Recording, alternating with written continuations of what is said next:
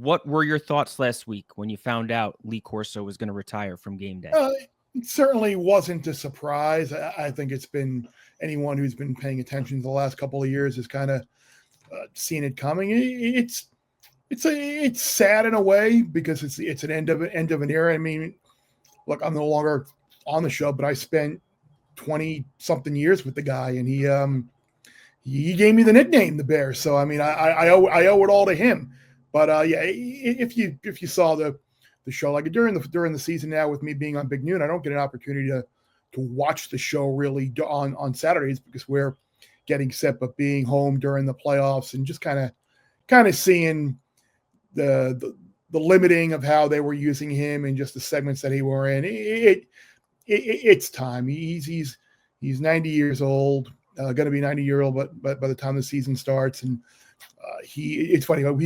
When he had the stroke, however many years ago it was kind of like one of those things like, do we think he's going to be able to make it back and be a part of Game Day? Unfortunately, he was. I mean, we were having conversations back then, like, what are we going to do? Who's going to replace Lee if he can't come back? And my guess, again, I don't know anything, but I would assume that they're just going to leave the set as is now because there really isn't anyone who can replace Lee. But no, I'm happy he's going out the way he wants to go out. It'll be good to see him. I'm assuming again. I just you're probably going to have a first headgear at Ohio State and a last headgear at Ohio State. I would guess Game Day will probably join us in Columbus, where Big Noon will be for Ohio State, Texas. Would be my guess.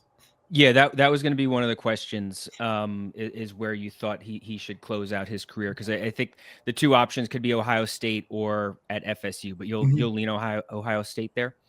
Yeah, I would lean Ohio State just because it's a spot where, like I said, I don't want to say maybe sentimentally, but it was the site of where the first headgear and the histrionics behind it with Kirk's future wife, or future at the time. I can't remember if they were married in 96 or 97 when Kirk first had when Allison got him the Brutus headgear. But anyway, side of the first headgear, I would think side of the I guess Leo always would joke when there was a toss-up type pick on the show where never forget your first love would always be kind of a punchline for him. So my guess would be he in the show will not forget his first love, which is Brutus and the Ohio State headgear, and I'm sure that will probably be the place where he closes out his College Game Day tenure.